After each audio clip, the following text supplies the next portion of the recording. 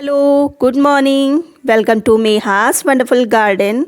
अगर आप चाहते हैं कि आपका गुलाब हमेशा फूलों से भरा रहे, हमेशा उसमें ग्रोथ होती रहे, तो जब आप नया पौधा लाते हैं तो उसको रीपॉट करते समय कुछ बातों का अगर ध्यान रखेंगे, स्टार्टिंग में ही अगर ध्यान देंगे, एक दो बार अगर फर्टिलाइज़र नहीं भी देते हैं तब भी अच्छे से फ्लावरिंग करता रहेगा, ग्रोथ उसमें होती रहेगी। प्लांट जल्दी जल्दी ख़राब नहीं होगा, कोई रोग नहीं लगेगा, क्योंकि प्लांट अंदर से मजबूत होगा। जब अंदर से प्लांट मजबूत होगा तो इसमें किसी भी तरह की कोई फंगस वगैरह की समस्या भी नहीं होगी। तो आज का मेरा यही वीडियो है कि पौधा लगाते समय आपको किन किन बातों का ध्यान रखना है, इसकी पॉटिंग सॉइल कैसी होनी चाहिए, लगाते समय कौन कौन सी सावधानियां रखनी चाहिए, ये सब आज मैं इस वीडियो में बताने वाली हूँ। तो फिर शुरू करते हैं। टिप नंबर 1, फरवरी आ चुकी है, लगभग 5-6 दिन बचे हैं फरवरी में। ये महीना बहुत ही अच्छा है प्लांट को बाय करने का। अगर आपने मूड बनाया है रोज़ के प्लांट बाय करने के लिए, तो ये प्लांट को बाय करने का बहुत ही अच्छा मंथ है। इसमें प्लांट बहुत ही अच्छी ग्रोथ करता है। इस मंथ में ना ही ज़्यादा सर्दी होती है और ना ही ज़्यादा गर्मी पड़ती है, तो इस मंथ में आप नया प्लांट खरीद सकते हैं। टिप नंबर 2, अगर प्लांट आपने ख़रीद लिया है तो उसको कुछ दिनों तक, जैसे 5-6 दिनों तक अपने गार्डन में ही रखिए, अपने प्लांट के बीच में रखिए। लेकिन प्लांट ख़रीदते समय इस बात का भी ध्यान रखिए कि कोई प्रॉब्लम तो नहीं है प्लांट में, क्योंकि अगर कोई प्रॉब्लम हुई प्लांट में और आप अपने प्लांट के बीचों बीच रख रहे हैं तो आपके प्लांट में भी वो इन्फेक्शन हो सकता है। तो अच्छे से चेक कर लें। फिर जो तीसरा टिप्स है वो है, अगर आपने ग्राफ्टेड प्लांट ख़रीदा है तो जो ग्राफ्टिंग पोर्शन है वो मिट्टी से थोड़ा सा ऊपर होना चाहिए और नीचे से सकर्स नहीं निकल रही होनी चाहिए। जो भी अगर आपको ऐसा लगता है कि कुछ निकल रहा है तो उसको तुरंत हटा दें। देखिए, ये है जो मैंने प्लांट बाय किया है, ये ग्राफ्टिंग पोर्शन है और मिट्टी से काफ़ी ऊपर है। तो ऐसे ही देख के लाना है, अच्छे से चेक करके प्लांट लाना है। और 2-3 ब्रांचेस निकल रही हैं, 2 ब्रांचेस काफ़ी हेल्दी ब्रांचेस निकल रही हैं।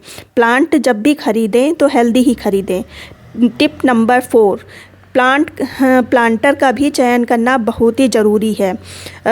ये मेरा 14 इंच का पॉट है, जो नर्सरी पॉट होता है वही है, और इसमें आप खुद ही देख रहे हैं ड्रेनेज होल कितने बढ़िया हैं। जब भी आप अपना नया प्लांट लगाएं तो प्लांटर बड़ा ही चयन करें। 12 इंच का पॉट मैंने पहले लगाया, लेकिन वो बहुत ही जल्दी रूट बाउंड हो जाता है। एक ही अगर अच्छी ग्रोथ कर रहा है, अच्छी फ्लावरिंग निकाल रहा है, तो वो एक सीज़न भी नहीं हो पाता है और रूट बाउंड हो जाता है। तो जैसे कि इस तरह का प्लांटर, ये 12 इंच का पॉट है और मुश्किल से 4 महीने हुए होंगे प्लांट को रीपॉट करने में, और ये अभी ही रूट बाउंड हो चुका है। एक तो इसमें मिट्टी कम आती है क्योंकि ये नीचे से होता है सकरा, तो इसीलिए इसमें मिट्टी कम आती है, इसलिए ये बहुत ही जल्दी रूट बाउंड हो जाता है। तो इस तरह की अपेक्षा आप उस तरह का प्लांटर का चयन करें। फिर इसके बाद इसकी पॉटिंग सॉइल कैसी हो, तो पॉटिंग सॉइल आप ऐसा बनाइए कि बार बार फर्टिलाइज़र देने की ज़रूरत ना पड़े, कम से कम 15-20 दिन तो ना ही पड़े। तो पॉटिंग सॉइल जो है इसकी बहुत ही रिच होनी चाहिए, क्योंकि ये फ्लावरिंग बहुत ही बड़े बड़े करता है और ढेर सारे करता है। इसलिए ये देखिए, ये मैंने लिया है, ये मेरी जो सिंपल सॉइल होती है वो है, और जितनी मेरी सॉइल है उतना ही ये वर्मी कंपोस्ट है। जो सॉइल है वो मेरी जो रेतीली होती है, बलुई मिट्टी होती है वो है, और इसमें इसीलिए मैंने बालू नहीं मिलाया है क्योंकि ये चिकनी मिट्टी नहीं है। और फिर जो वर्मी कंपोस्ट है उतना ही। तो वर्मी कंपोस्ट की बजाय अगर आपके पास गोबर की खाद हो तो वो ज़्यादा अच्छा है, क्योंकि गोबर की खाद में भी मैंने लगाया है प्लांट, तो उसमें ज़्यादा जल्दी ग्रोथ होती है।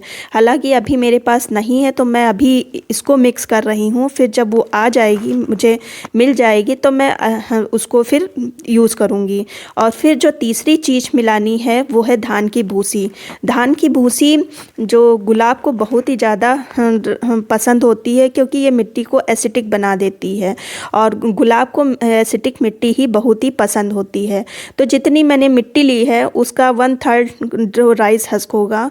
फिर ये जो चौथी चीज़ है, ये जो मोरंग होती है, उसका मैंने यूज़ किया है। अगर आप ना भी करना चाहें तो इससे कोई फ़र्क नहीं पड़ेगा। हालांकि मोरंग का यूज़ करते हैं तो वो मिट्टी के लिए बहुत ही अच्छा होता है, इसमें पानी नहीं रुकता है, तुरंत निकल जाता है। तो इसको फिर हम अच्छे से मिक्स कर लेंगे, ऊपर नीचे खूब अच्छे से मिक्स करना है। मैं पहले अच्छे से मिक्स कर लेती हूँ।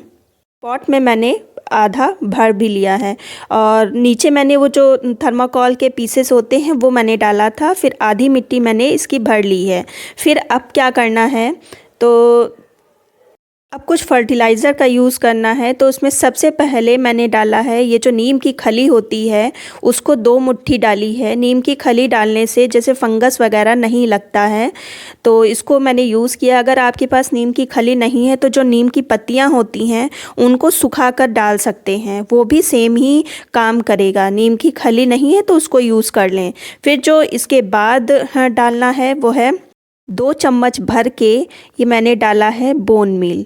बोन मील फास्फोरस का बहुत ही अच्छा स्रोत है और जो रोज़ के प्लांट हैं उनको फास्फोरस बहुत ही अधिक मात्रा में चाहिए, इसलिए 2 चम्मच भर के मैंने डाला है। अगर आपके पास बोन मील नहीं है और आप एग खाते हैं तो जो वाइट वाला पोर्शन होता है उसको मैश करके इसकी जगह पर आप डाल सकते हैं, सेम ही काम करेगा।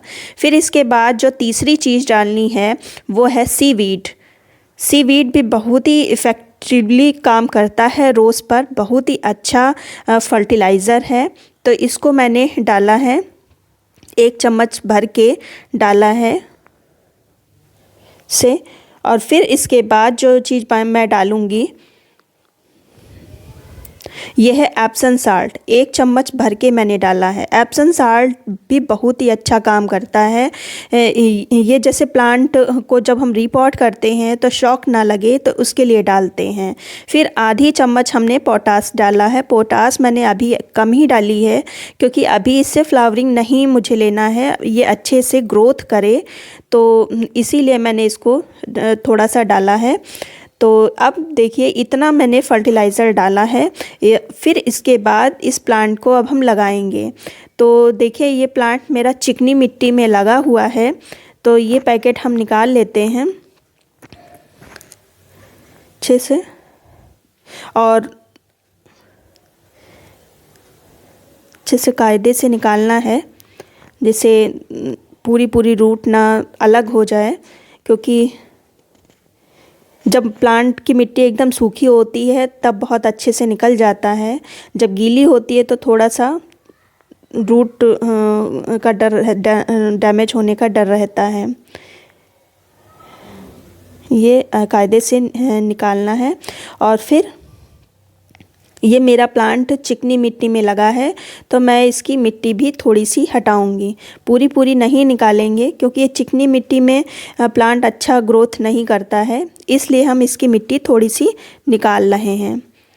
तो चारों तरफ से मैंने मिट्टी इसकी निकाल ली है। अगर आप बिगनर हैं, नहीं आप मतलब पहले लगाया आपने, तो आप सेम ऐसे ही लगा दें, आप मिट्टी ना निकालें इसकी। हालांकि मैं कई सालों से प्लांट लगा रही हूँ तो मुझे एक्सपीरियंस है, तो तभी मैंने इसको हटाया है। फिर इसके ऊपर हम मिट्टी जो बाकी है वो फिल कर देंगे अच्छे से। फिर इसके बाद एक मग्गे में पानी लेना है और इसमें डालना है 1 चम्मच एप्सम साल्ट। रिपॉटिंग के समय एप्सम साल्ट बहुत ही अच्छा काम करता है, तो इसको अच्छे से हम मिक्स कर लेंगे, बिल्कुल अच्छे से घुल जाए। इसको अच्छे से मिक्स करने के बाद इसको हम आधा जो पानी है वो स्प्रेयर बॉटल में फिल कर लेंगे और आधा पानी हम पॉट में डालेंगे। तो हम ये देखिए आधा पानी मैंने स्प्रे बॉटल में भर लिया और आधा पानी रख दिया है और अच्छे से हम प्लांट की पर स्प्रे करेंगे। प्लांट पर स्प्रे करने से फ़ायदा ये होता है, एप्सम साल्ट मतलब मैग्नीशियम सल्फेट। मैग्नीशियम जो होता है वो प्लांट की ग्रोथ के लिए बहुत ही आवश्यक होता है। जो नई नई पत्तियां निकलती हैं, क्लोरोफिल के निर्माण में मैग्नीशियम बहुत ही अच्छी भूमिका निभाता है। तो इसलिए प्लांट की पत्तियों पर हर तीसरे चौथे दिन आप अगर एप्सम साल्ट का स्प्रे करते हैं तो बहुत ही अच्छी ग्रोथ देखने को मिलती है। फिर चाहे वो रोज़ हो चाहे हिबिस्कस हो, दोनों ही प्लांटों पर आप इसका स्प्रे और मिट्टी में अच्छे से डाल सकते हैं। अभी देख रहे होंगे मैंने इसका पानी बहुत ही कम डाला है। ये पानी एब्जर्व हो जाएगा, सूख जाएगा, फिर मैं दूसरा पानी इस पर डालूँगी। बात आती है कि इस प्लांट को हम रखेंगे कहाँ। तो इस समय इतनी धूप नहीं हो रही है, इतने मौसम में गर्मी नहीं है, सर्दी ही है, तो आप प्लांट को कहीं भी रख सकते हैं। हाँ, अगर गर्मियों में रिपोर्ट कर रहे हैं तो आप इसको शेड एरिया में ही रखेंगे। उम्मीद करती हूँ वीडियो अच्छा लगा होगा। अगर अच्छा लगा है तो एक लाइक कर दीजिए, सब्सक्राइब कर लीजिए। मिलते हैं फिर किसी वीडियो में नई जानकारी के साथ। तब तक की गुड बाय।